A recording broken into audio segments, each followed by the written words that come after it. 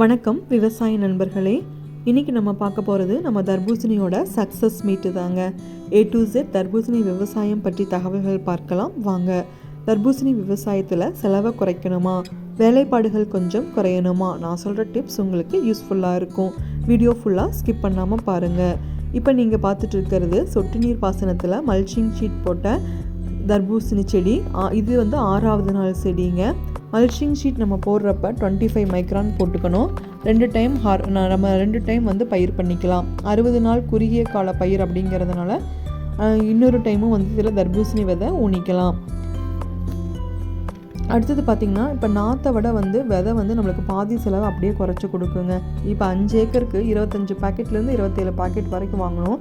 அதுவே நம்மளுக்கு 25 ரூபா வந்துடும். இப்போ இதே நாற்றாக இருந்தால் நாற்று 1.5 ரூபா அந்த மாதிரி கண்டிஷனில் வாங்கணும் அப்படின்னா 5 ஏக்கருக்கு 45 ரூபா வந்துடும். நாற்று நடுற கூலியோட 50,000 வரைக்கும் வந்துடும். ஸோ பாதிக்கு பாதி செலவு விதை குறைச்சி கொடுத்துருங்க.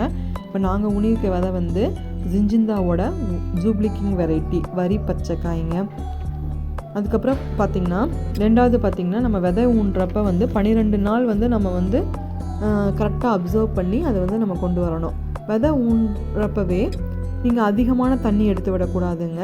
15 நிமிஷத்துலேருந்து அரை மணி நேரம் விட்டால் போதும். இல்லாட்டி என்ன ஆகும்னா விதை ஊறி மேலே வந்துடும். நிறையா விதை தப்பு போகிறக்கு சான்ஸ் இருக்குது.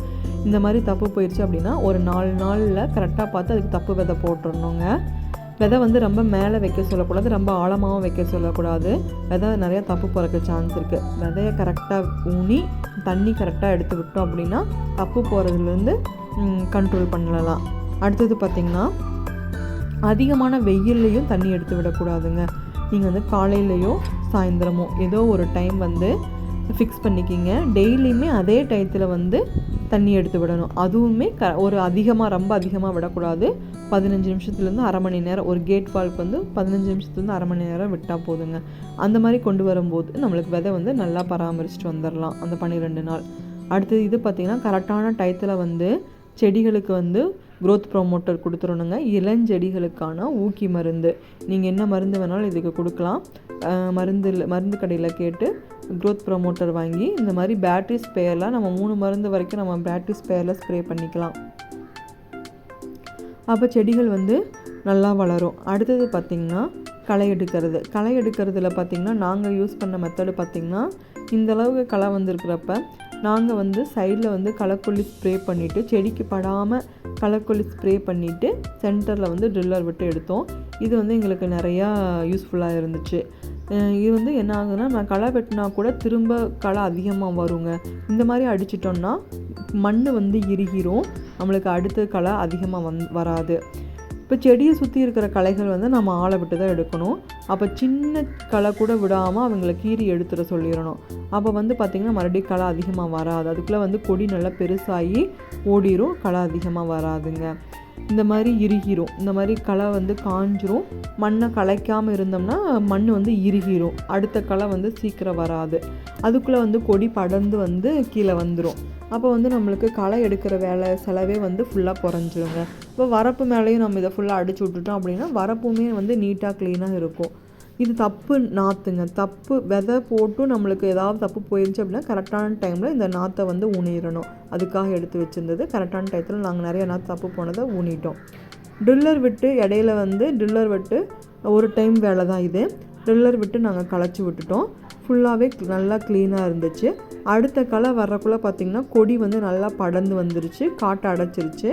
எங்களுக்கு கடை எடுக்கிற செலவே அதிகமாக பெருசாக இல்லை. ஸோ இந்த மெத்தட் ஈஸியாக இருந்துச்சு. அதுக்கப்புறம் உரம் மருந்து கொடுத்தது தாங்க. கரெக்டான டயத்தில் இந்த தண்டு வெடிப்பு, இலைக்கருகள் இந்த மாதிரிலாம் இருந்துச்சு. அதுக்கு நாங்கள் கரெக்டாக இன்செக்டிசைடு கொடுத்தோம். டார்பெட் insecticide, plant protector, fungicide, immuno modulator, இதெல்லாமே பவுடர் ஃபார்மில் இருக்கிற மருந்து, லிக்விட் மருந்து இதெல்லாமே கரெக்டாக கொடுத்தோம். அதிகமான வெயில் இருக்கிறனால கொஞ்சம் காய் ஊறாமல் இருந்துச்சுங்க. உரம்னு பார்த்திங்கன்னா ஆல்-20, 13க்கு 40 13, CN MAP 13க்கு 0 45.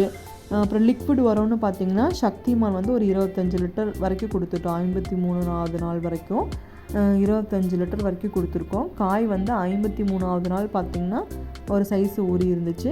இப்போ இந்த காய் பார்த்திங்கன்னா நல்லா எடை வர வரி பச்சை காய் வந்து ஒரு காய் வந்து கண்டிப்பாக குறைஞ்சது 8லேருந்து 10 கிலோ வரைக்கும் இருக்கும்.